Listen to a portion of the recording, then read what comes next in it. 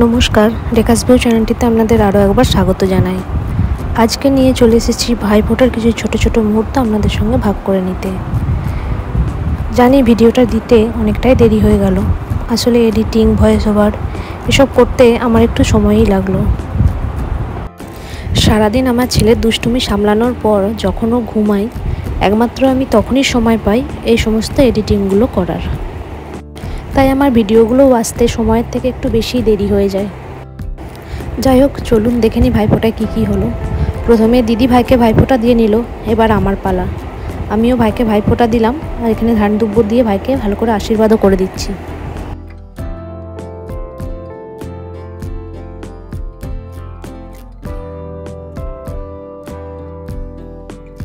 ভাইফোঁটা দেওয়ার সময় ভাই কি জানি একটা করে ফোড়ন কাটছিল, আর দুজনেই আমরা হাসছিলাম। কি জানি কি বলছিল, সেটা তো এখন আর ভালো করে মনেও পড়ছে না।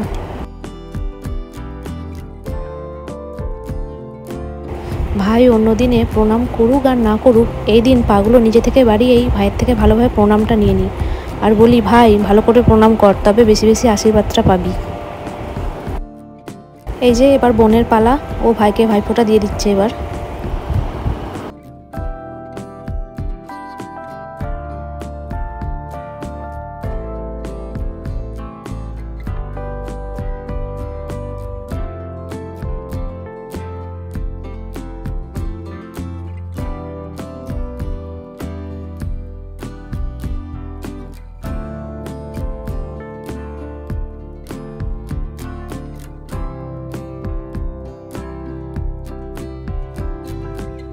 বাড়িতে ভাইফোঁটার পর্ব মিটে গেলে আমরা তিন বোনে মিলে চলে গেছিলাম আমার ছোটো কাকার বাড়ি।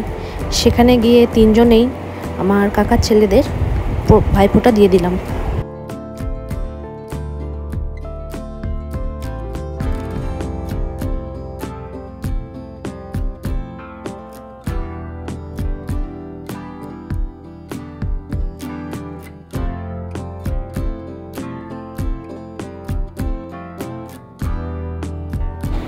এবার আমার বোনের পালা, ও দুজনকেই ভাইফোঁটা দিয়ে নিচ্ছে। আর ছোটো কাকার বাড়ি ভাস্করকে আর প্রভাকরকে ভাইফোঁটা দেওয়া হয়ে গেলে এবার ওখান থেকে চলে যাব আমার নকাকার বাড়ি। এই যে এসে গেছি নকাকার বাড়ি, ওখানে আমার শেষদাকে আর ছোটদাকেও আমরা ভাইফোঁটা দিয়ে দিচ্ছি।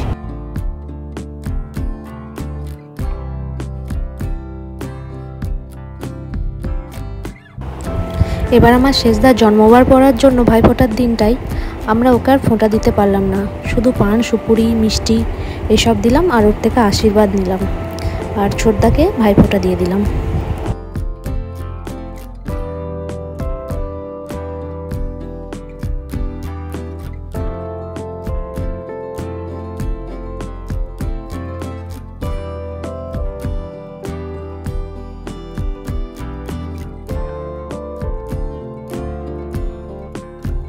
যাই হোক, আমাদের ভাইফোঁটার দিনটা এইভাবেই কাটলো। আর আমার ভিডিওটা যদি আপনাদের ভালো লাগে তাহলে লাইক করবেন, আর চ্যানেলটিকে অবশ্যই সাবস্ক্রাইব করবেন।